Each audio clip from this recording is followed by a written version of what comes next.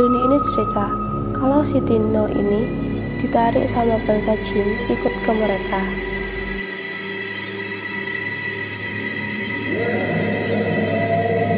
Hai semuanya, jadi di video kali ini aku akan membawakan satu kisah tentang salah satu kejadian mistis yang dialami oleh pendaki gunung.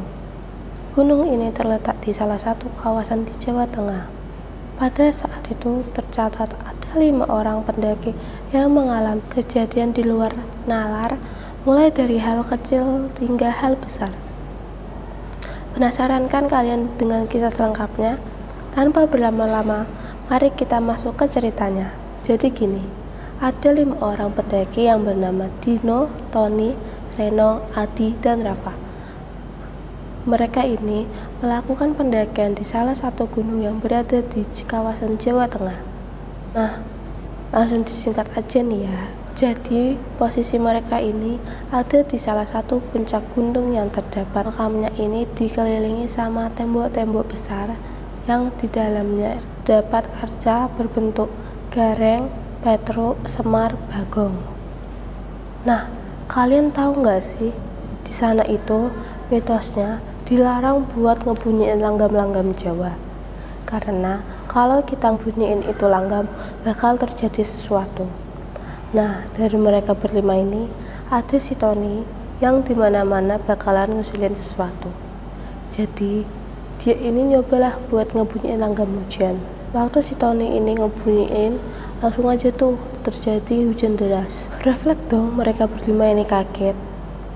Entah kenapa bisa kebetulan waktu mereka berlima ada di dekat mereka ada sekumpulan orang yang lagi bertapa.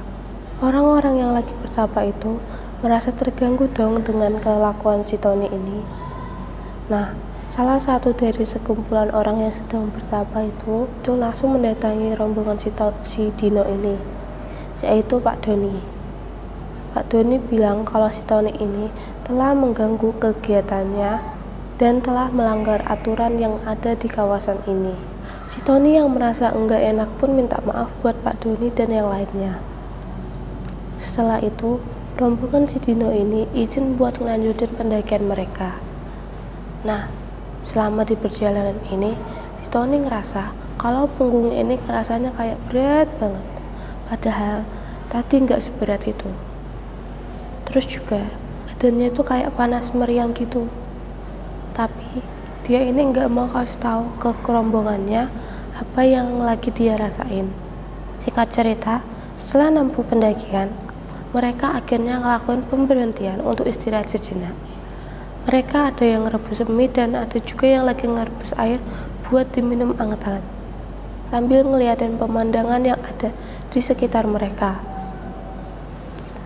Tapi ada yang aneh nih, biasanya si Tony ini paling semangat kalau nikmati pemandangan kayak gini sama temen-temennya. Tapi entah kenapa si Tony ini enggak kayak biasanya. Dia lebih milih buat istirahat di tenda. Si Reno yang ngerasa aneh dengan sikap Tony pun nanya nih, "Kamu kenapa, Ton? Biasanya paling semangat kalau kayak gini." Si Reno ini bilang, "Nggak apa-apa, kayaknya kecapean deh." Nah, si Reno yang paham situasi langsung keluar dari tenda sambil nyuruh si Tony ini buat istirahat. Singkat cerita, keesokan harinya, Reno sama Adi ini lagi ngerebus mie buat makan mereka berlima. Sedangkan si Dino sama Rafa lagi ngerebus air.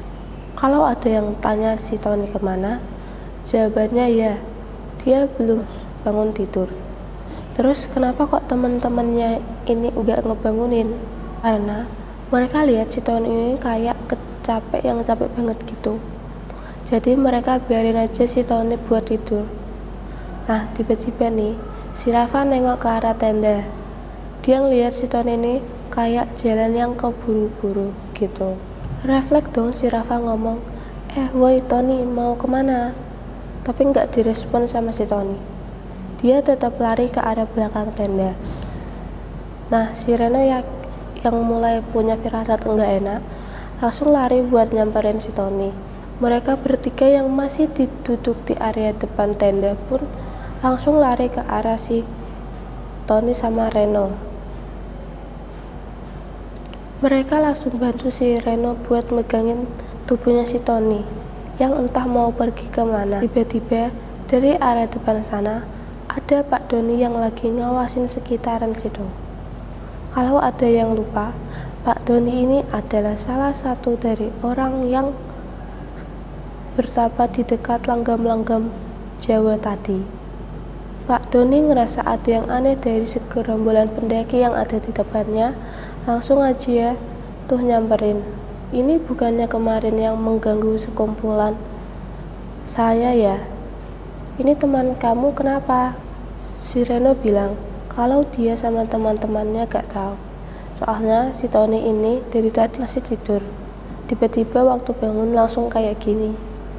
Terus Pak Doni yang ngedengerin itu langsung paham dong. Dia langsung naruh tangan kanannya di kepala si Tony sambil doa-doa.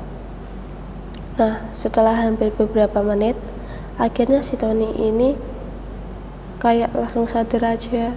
Itu dikasih minum air putih sama si Reno.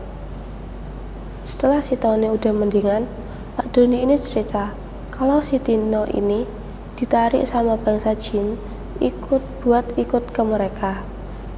Nah, yang buat bedanya si Tino ini ngerasa nggak enak karena ada yang ikut sama si Tino.